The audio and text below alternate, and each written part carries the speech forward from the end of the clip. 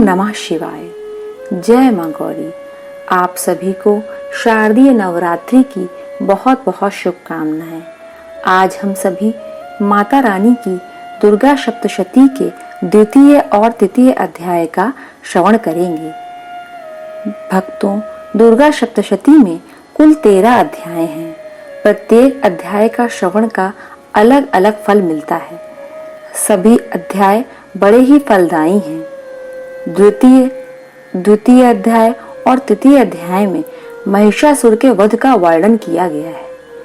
तो भक्तों, आइए सच्चे हृदय से माँ दुर्गा सप्तशती के द्वितीय और तृतीय अध्याय का श्रवण करते हैं। जय मां गौरी। ऋषि कहते हैं, पूर्व काल में देवताओं और असुरों में पूरे 100 वर्षों तक घोर संग्राम हुआ था। उसमें असुरों का स्वामी महिषासुर था और देवताओं के नायक इंद्र थे। उस युद्ध में देवताओं की सेना महाबली असुरों से परास्त हो गई। संपूर्ण देवताओं को जीतकर महिषासुर इंद्र बन बैठा। तब पराजित देवता प्रजापति ब्रह्मा को आगे करके उस स्थान पर गए जहां भगवान शंकर और विष्णु विराजमान थे। देवताओं ने महिषासुर के पराक्रम तथा अपनी पराजय का यथावत वृतांत उन दोनों देवेश्वरों से विस्तार पूर्वक कह सुनाया। वे बोले, भगवान, महिषासुर सूर्य, इंद्र, अग्नि, वायु, चंद्रमा, यम, वरुण तथा अन्य देवताओं के भी अधिकार छीनकर स्वयं ही सबका अधिष्ठाता बन बैठा है। उस दुरात्मा महिष ने सब देवताओं को स्वर्ग से निकाल दिया है। अब वे मनुष्यों की भांति पृथ्वी पर विचरते हैं। दैत्यों की यह सारी करतूत हमने आप लोगों से कह सुनाई। अब हम आपकी ही शरण में आए हैं। उसके वध का कोई उपाय सोचिए। इस प्रकार देवताओं के वचन सुनकर भगवान विष्णु और शिव ने दैत्यों पर बड़ा क्रोध किया। उनकी भौएं तन गईं और मुंह टेढ़ा हो गया। तब अत्यंत कोप में भरे हुए चक्रपाणी श्री विष्णु के मुख से एक महान तेज प्रकट हुआ। इसी प्रकार ब्रह्मा, शंकर तथा इंद्र आदि अन्य देवताओं के शरीर से भी बड़ा भारी तेज निकला। वह सब मिलकर एक हो गया। महान तेज का वह पुंज इतना ज्वालामय पर्वत सा जान पड़ा। देवताओं ने देखा, वहां उसकी ज्वालाएं संपूर्ण दिशाओं में व्याप्त हो रही थी। संपूर्ण देवताओं के शरीर से प्रकट हुए उस तेज की तुलना कहीं नहीं थी। एकत्रित होने पर वह एक नारी के रूप में परिणत हो गया और अपने प्रकाश से तीनों लोकों में व्याप्त जान पड़ा। भगवान शंकर का जो तेज था, उससे उस देवी का मुख प्रकट हुआ। यमराज के तेज से उसके सिर में बाल निकल आए। श्री विष्णु भगवान के तेज से उसकी भुजाएं उत्पन्न हुईं। चंद्रमा के तेज से दोनों स्तनों का और इंद्र के तेज से मध्य भाग का प्रादुर्भाव हुआ। वरुण के तेज से जंघा और पिंडली तथा पृथ्वी के तेज से नितंब भाग प्रकट हुआ। ब्रह्मा के तेज से दोनों चरण और सूर्य के तेज से उसकी अंगुलियां हुई। वसुओं के तेज से हाथों की अंगुलियां और कुबेर के तेज से नासिका प्रकट हुई। उस देवी के दांत प्रजापति के तेज से और तीनों नेत्र अग्नि के तेज से प्रकट हुए थे। उसकी भौएं संध्या के और कान वायु के तेज से उत्पन्न हुए थे। इसी प्रकार अन्य देवताओं के तेज से भी उस कल्याणमयी देवी का आविर्भाव हुआ। तदंतर समस्त देवताओं के तेज पुंज से प्रकट हुई देवी को देखकर महिषासुर के सताए हुए देवता बहुत प्रसन्न हुए। पिनाकधारी भगवान शंकर ने अपने शूल से एक शूल निकालकर उन्हें दिया। फिर भगवान विष्णु ने भी अपने चक्र से चक्र उत्पन्न करके भगवती को अर्पण किया। वरुण ने भी शंख भेंट किया। अग्नि ने उन्हें शक्ति दी और वायु ने धनुष तथा बाण से भरे हुए 2 तरकस प्रदान किए। सहस्त्र नेत्रों वाले देवराज इंद्र ने अपने वज्र से वज्र उत्पन्न करके दिया और ऐरावत हाथी से उतार कर एक घंटा भी प्रदान किया। यमराज ने काल दंड से दंड, वरुण ने पाश, प्रजापति ने स्फटिक काक्ष की माला तथा ब्रह्मा जी ने कमंडलू भेंट किया। सूर्य ने देवी के समस्त रोमकूपों में अपनी किरणों का तेज भर दिया। काल ने उन्हें चमकती हुई ढाल और तलवार दी। शीर, समुद्र ने उज्जवल हार तथा कभी जीर्ण न होने वाले 2 दिव्य वस्त्र भेंट किए।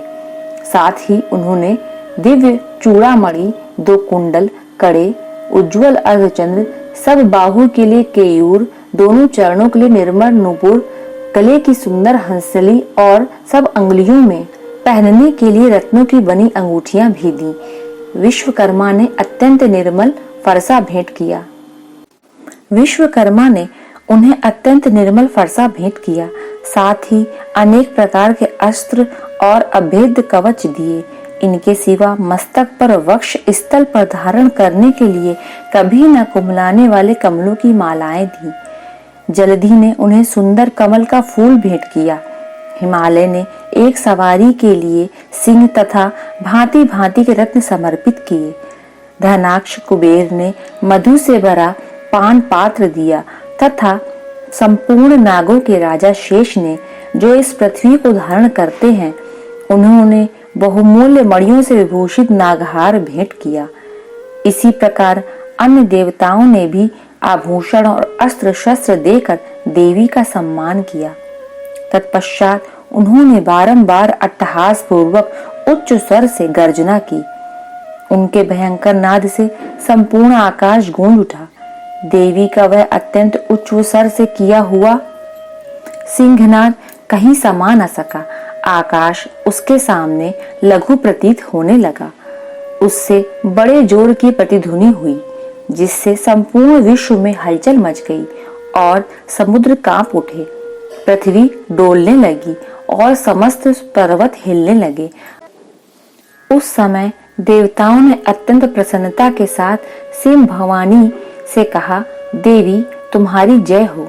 साथ ही महर्षियों ने भक्ति भाव से विनम्र होकर उनका स्तवन किया। संपूर्ण त्रिलोकी को शोभग्रस्त देख दैत्यगण अपनी समस्त सेना को कवच आदि से सुसज्जित कर हाथों में हथियार ले सहसा उठकर खड़े हो गए। उस समय महिषासुर ने बड़े क्रोध में आकर कहा, आह, ये क्या हो रहा है। फिर वह संपूर्ण असुरों से घिरकर उस सिंहनाद की ओर लक्ष्य करके दौड़ा और आगे पहुंचकर उसने देवी को देखा, जो अपनी प्रभा से तीनों लोकों को प्रकाशित कर रही थी। उनके चरणों के भार से पृथ्वी दबी जा रही थी। माथे के मुकुट से आकाश में रेखा से खींच रही थी तथा वे अपने धनुष की टंकार से 7 पातालों को शुद्ध किए थीं। देवी अपनी 1000 भुजाओं से संपूर्ण दिशाओं को आच्छादित करके खड़ी थीं। तदंतर उनके साथ दैत्यों का युद्ध छिड़ गया। नाना प्रकार के अस्त्र शस्त्रों के प्रहार से संपूर्ण दिशाएं उद्भासित होने लगीं। चिक्षुर नामक महान असुर महिषासुर का सेना नायक था। वह देवी के साथ युद्ध करने लगा। अन्य दैत्यों की चतुरंगणी सेना साथ लेकर चामर भी लड़ने लगा। 60,000 रथियों के साथ आकर उदग्र नामक महादैत्य ने लोहा लिया। 1 करोड़ रथियों को साथ लेकर महाहनु नामक दैत्य युद्ध करने लगा, जिसके रोए तलवार के समान तीखे थे। वह असीलोमा नाम का दैत्य 5 करोड़ रथी सैनिकों सहित युद्ध में आ डटा। 60 लाख रथियों से घिरा हुआ वाशकल नामक दैत्य भी उस युद्ध भूमि में लड़ने लगा।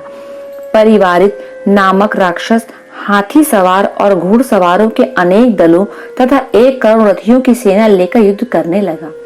बिडाल नामक दैत्य 5 अरब रथियों से घिरकर लोहा लेने लगा। इनके अतिरिक्त और भी हजारों महादैत्य रथ, हाथी और घोड़ों की सेना साथ लेकर वहां देवी के साथ युद्ध करने लगे। स्वयं महिषासुर उस रणभूमि में कोटि कोटि सहस्त्र रथ, हाथी और घोड़ों की सेना से घिरा हुआ खड़ा था। वे दैत्य देवी के साथ तोमर, भिंडीपाल, शक्ति, मूसल, खड्ग, परशु और पट्टी आदि अस्त्र शस्त्रों का प्रहार करते हुए युद्ध कर रहे थे। कुछ दैत्यों ने उन पर शक्ति का प्रहार किया, कुछ लोगों ने पाश फेंके तथा कुछ दूसरे दैत्यों ने खड्ग प्रहार करके देवी को मार डालने का उद्योग किया। देवी ने भी क्रोध में भरकर खेल खेल में ही अपने अस्त्र शस्त्रों की वर्षा करके दैत्यों के वे समस्त अस्त्र शस्त्र काट डाले। उनके मुख पर परिश्रम या थकावट का रंच मात्र भी चिन्ह नहीं था। देवता और वे भगवती परमेश्वरी दैत्यों के शरीरों पर अस्त्र शस्त्रों की वर्षा करती रहीं। देवी का वाहन सिंह भी क्रोध में भरकर गर्दन के बालों को हिलाता हुआ असुरों की सेना में इस प्रकार विचरने लगा मानो वनों में दावानल फैल रहा हो। रणभूमि में दैत्यों के साथ युद्ध करती हुई अंबिका देवी ने जितने निश्वास छोड़े वे सभी तत्काल सैकड़ों हजारों गणों के रूप में प्रकट हो गए और परशु, भिंदीपाल, खड्ग तथा पट्टिश आदि अस्त्रों द्वारा असुरों का सामना करने लगे। देवी की शक्ति से बड़े हुए वे गण असुरों का नाश करते हुए नगाड़ा और शंख आदि बजाने लगे। उस संग्राम महोत्सव में कितने ही गण मृदंग बजा रहे थे। तदंतर देवी ने त्रिशूल से, गदा से, शक्ति की वर्षा से और खड्ग आदि से सैकड़ों महादैत्यों का संहार कर डाला। कितनों को घंटे के भयंकर नाद से मूर्छित करके मार गिराया। बहुतेरे दैत्यों को पाश से बांधकर धरती पर घसीटा। कितने ही दैत्य उनकी तीखी तलवार की मार से दो दो टुकड़े हो गए। कितने की गदा की चोट से घायल हो धरती पर सो गए। कितने ही मूसल की मार से अत्यंत आहत होकर रक्त वमन करने लगे। कुछ दैत्य शूल से छाती फट जाने के कारण पृथ्वी पर ढेर हो गए। उस रणांगण में बाल समूहों की वृष्टि से कितने ही असुरों की कमर टूट गई। बाज की तरह झपटने वाले देवी पीड़क दैत्यगण अपने प्राणों से हाथ धोने लगे। किन्हीं की बाहें छिन्न भिन्न हो गईं। कितनों की गर्दनें कट गईं। कितने ही दैत्यों के मस्तक कट कट कर गिरने लगे। कुछ लोगों के शरीर मध्य भाग में विदीर्ण हो गए। कितने ही महादैत्य जांघें कट जाने से पृथ्वी पर गिर पड़े। कितनों को देवी ने एक बाह, एक पैर और एक नेत्र वाले करके दो टुकड़ों में चीर डाला। कितने ही दैत्य मस्तक कट जाने पर भी गिरकर फिर उठ जाते और केवल धड़ के ही रूप में अच्छे अच्छे हथियार हाथ में ले देवी के साथ युद्ध करने लगते थे। दूसरे काबंद युद्ध के बाजों की लय पर नाचते थे। कितने ही बिना सिर के धड़ हाथों में खड्ग, शक्ति और रिष्टि लिए दौड़ते थे तथा दूसरे दूसरे महादैत्य ठहरो ठहरो यह कहते हुए देवी को युद्ध के लिए ललकारते थे। जहाँ वह घोर संग्राम हुआ था वहाँ की धरती देवी के गिराए हुए रथ, हाथी, घोड़ों और असुरों की लाशों से ऐसी पट गई थी कि वहाँ चलना फिरना असंभव हो गया था। असंभव हो गया था। दैत्यों की सेना में हाथी, घोड़े और असुरों के शरीरों से इतनी अधिक मात्रा में रक्तपात हुआ था कि थोड़ी ही देर में वहां खून की बड़ी बड़ी नदियां बहने लगी। जगदम्बा ने असुरों की विशाल सेना को क्षण भर में नष्ट कर दिया।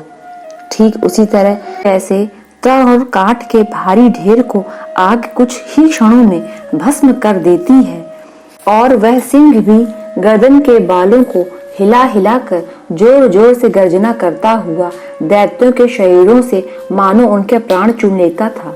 वहां देवी के गणों ने भी उन महादैत्यों के साथ ऐसा युद्ध किया जिससे आकाश में खड़े हुए देवता गण उन पर बहुत संतुष्ट हुए और फूल बरसाने लगे। इस प्रकार श्री मार्कंडेय पुराण में सांवर्णिक मनवंतर की कथा के अंतर्गत देवी महात्म्य में महिषासुर की सेना का वध नामक दूसरा अध्याय पूरा हुआ। जय मां गौरी। तृतीय अध्याय। जगदम्बा के श्री अंगों की कांति उदय काल के सहस्त्रों सूर्यों के समान है। वे लाल रंग की रेशमी साड़ी पहने हुए हैं। उनके गले में मुंड माला शोभा पा रही है। दोनों स्तनों पर रक्त चंदन का लेप लगा है। वे अपने कर कमलों में जब मालिका, विद्या और अभय तथा वर नामक मुद्राएं धारण किए हुए हैं। इन नेत्रों से सुशोभित मुखार विंद की बड़ी शोभा हो रही है। उनके मस्तक पर चंद्रमा के साथ ही रत्नमय मुकुट बंधा है।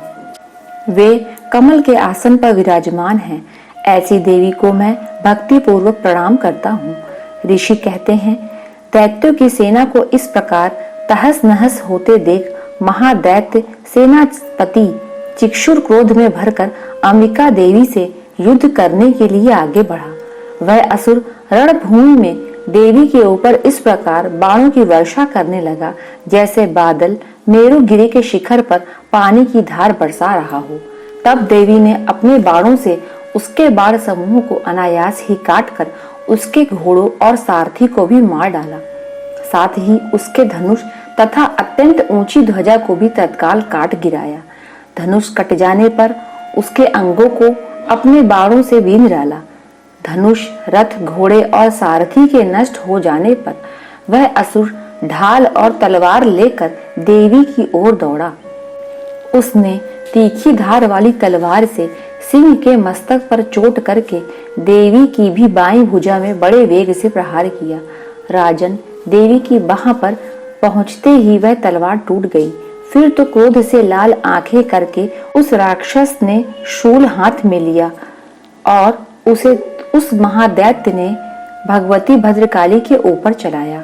वह शूल आकाश से गिरते हुए सूर्य मंडल की भांति अपने तेज से प्रज्वलित हो उठा। उस शूल को अपनी ओर आते देख देवी ने भी शूल का प्रहार किया। उससे राक्षस के शूल के टुकड़े टुकड़े हो गए। साथ ही महादैत्य चिक्षुर की भी धज्जियां उड़ गईं। वह प्राणों से हाथ धो बैठा। महिषासुर के सेनापति उस महापराक्रमी चिक्षुर के मारे जाने पर देवताओं को पीड़ा देने वाला चामर हाथी पर चढ़कर आ गया। उसने भी देवी के ऊपर शक्ति का प्रहार किया, किंतु जगदम्बा ने उसे अपने हुंकार से ही आहत एवं निष्प्रभ करके तत्काल पृथ्वी पर गिरा दिया। शक्ति टूटकर गिरी हुई देख चामर को बड़ा क्रोध हुआ। अब उसने शूल चलाया, किंतु देवी ने उसे भी अपने बाणों द्वारा काट डाला। इतने में ही देवी का सिंह उछलकर हाथी के मस्तक पर चढ़ बैठा और उस दैत्य के साथ खूब जोर लगाकर बाहु युद्ध करने लगा। वे दोनों लड़ते लड़ते हाथी से पृथ्वी पर आ गए और अत्यंत क्रोध में भरकर एक दूसरे पर बड़े भयंकर प्रहार करते हुए लड़ने लगे। तदंतर सिंह बड़े वेग से आकाश की ओर उछला और उधर से गिरते समय उसने पंजों की मार से चामर का सिर धड़ से अलग कर दिया। इस प्रकार उदग्र भी शिला और वृक्ष आदि की मार खाकर रणभूमि में देवी के हाथ से मारा गया तथा कराल भी दांतों, मुक्कों और थप्पड़ों की चोट से धराशायी हो गया। क्रोध में भरी हुई देवी ने गदा की चोट से उदत का कचूमर निकाल डाला। भिंदीपाल से वाशकल को तथा बाणों से ताम्र और अंधक को मौत के घाट उतार दिया। 3 नेत्रों वाली परमेश्वरी ने त्रिशूल से उग्रास से उग्रवीर तथा महाहनु नामक दैत्यों को मार डाला। तलवार की चोट से विडाल के मस्तक को धड़ से काट गिराया। दुर्धर और दुर्मुख इन दोनों को भी अपने बाणों से यमलोक भेज दिया। इस प्रकार अपनी सेना का संहार होता देख महिषासुर ने भैंसे का रूप धारण करके देवी के गणों को त्रास देना आरंभ कर दिया। किन्हीं को थूथून से मारकर, किन्हीं के ऊपर खुरों का प्रहार करके, किन्हीं को पूंछ से चोट पहुंचाकर, कुछ को सींगों से विदीर्ण करके, कुछ गणों को वेग से, किन्हीं को सिंहनाद से, कुछ को चक्कर देकर और कितनों को निश्वास के वायु के झोंके से धराशायी कर दिया। इस प्रकार गणों की सेना को गिराकर वह असुर महादेवी के सिंह को मारने के लिए झपटा। इससे जगदम्बा को बड़ा क्रोध हुआ। उधर महापराक्रमी महिषासुर भी क्रोध में भरकर धरती को खुरों से खोदने लगा। अपने सींगों से ऊंचे ऊंचे पर्वतों को उठाकर फेंकने और गरजने लगा। उसके वेग से चक्कर देने के कारण पृथ्वी शुद्ध होकर फटने लगी। उसकी पूंछ से टकराकर समुद्र सब ओर से धरती को डुबोने लगा। हिलते हुए सींगों के आघात से विदीर्ण होकर बादलों के श्वास की प्रचंड वायु के वेग से उड़े हुए सैकड़ों पर्वत आकाश से गिरने लगे। इस प्रकार क्रोध में भरे हुए उस महादैत्य को अपनी ओर आते हुए देखकर चंडिका ने उसका वध करने के लिए महान क्रोध किया। उन्होंने पाश फेंककर उस महान असुर को बांध लिया। उस महासंग्राम में बंध जाने पर उसने भैंसे का रूप त्याग दिया और तत्काल सिंह के रूप में वह प्रकट हो गया। उस अवस्था में जगदम्बा ज्यों ही उसका मस्तक काटने के लिए उद्धत हुई, त्यों ही वह खड्गधारी पुरुष के रूप में दिखाई देने लगा। तब देवी ने तुरंत ही बाणों की वर्षा करके ढाल और तलवार के साथ उस पुरुष को भी बींध डाला। इतने में ही वह महान गजराज के रूप में परिणत हो गया तथा अपनी सूंड से देवी के विशाल सिंह को खींचने और गर्जने लगा। खींचते समय देवी ने तलवार से उसकी सूंड काट डाली। तब उस महादैत्य ने पुनः भैंसे का शरीर धारण कर लिया और पहले की ही भांति चराचर प्राणियों सहित तीनों लोगों को व्याकुल करने लगा। तब क्रोध में भरी हुई जगन माता चंडिका बारंबार उत्तम मधु का पान करने और लाल आंख करके हंसने लगी। उधर वह बल और पराक्रम के मद से उन्मत्त हुआ राक्षस गर्जने लगा और अपने सींगों से चंडी के ऊपर पर्वतों को फेंकने लगा। उस समय देवी अपने बाणों के समूहों से उसके फेंके हुए पर्वतों को चूर्ण करती हुई बोली। बोलते समय उनका मुख मधु के मद से लाल हो रहा था और वाणी लड़खड़ा रही थी। देवी ने कहा, ओ मूढ़, मैं जब तक मधु पीती हूँ तब तक तू क्षण भर के लिए खूब गर्ज ले। मेरे हाथ से यही तेरी मृत्यु हो जाने पर अब शीघ्र ही देवता भी गर्जना करेंगे। ऋषि कहते हैं, यूं कहकर देवी उछली और उस महादैत्य के ऊपर चढ़ गईं। फिर अपने पैर से उसे दबाकर उन्होंने शूल से उसके कंठ में आघात किया। उनके पैर से दबा होने पर भी महिषासुर अपने मुख से दूसरे रूप में बाहर होने लगा, अर्थात अभी आधे ही शरीर से बाहर निकलने पाया था कि देवी ने अपने प्रभाव से उसे रोक दिया। आधा निकला होने पर भी वह महादैत्य देवी से युद्ध करने लगा। तब देवी ने बहुत बड़ी तलवार से उसका मस्तक काट गिराया। फिर तो हाहाकार करती हुई दैत्यों की सारी सेना भाग गई और संपूर्ण देवता अत्यंत प्रसन्न हो गए। देवताओं ने दिव्य महर्षियों के साथ दुर्गा देवी का स्तवन किया। गंधर्व राज गाने लगे और अप्सराएं नृत्य करने लगी। इस प्रकार श्री मार्कंडेय पुराण में सांवर्णिक मनवंतर की कथा के अंतर्गत देवी महात्म्य में महिषासुर वध नामक तीसरा अध्याय पूरा हुआ। दुर्गा मैया की जय, बोले बाबा की जय। प्रिय भक्तगणों, माँ दुर्गा की कृपा आप सभी पर सदैव बनी रहे। इसी के साथ मिलते हैं अगले वीडियो में। धन्यवाद।